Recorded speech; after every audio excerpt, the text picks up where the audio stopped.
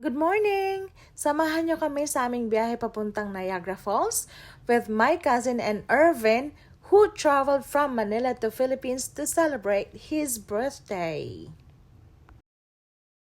2 hours and a half ang biyahe papuntang Niagara Falls via GO train from Union Station, kaya naman nagre-relax lang po ang atin nyo. Nakakapagpahinga na, nakakapag-sightseeing pa. Dito kami kumain sa Rin Restaurant kung saan kami dinala ng Uber driver. At ayan po, naka-order kami ng 51 na potahe. Ewan ko ba? Maliliit lang naman yung serving, so sinulit namin yung eat all you can. At busog na nga, after eating, we headed to the amazing view of Niagara Falls. Ayan siya, at may rainbow, di ba? So, palakad-lakad na rin po yung inyong ate dahil kundi lang ang mga tao.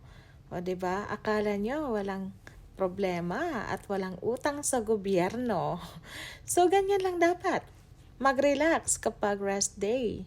Huwag magpakasubsob sa trabaho kasi mahirap na kapag tinira naman ang mental health at yung katawan sa sakit. So mahirap na. Yan yung pinsan ko, parang money heist bida, ano? O diba? At napatiktok pa.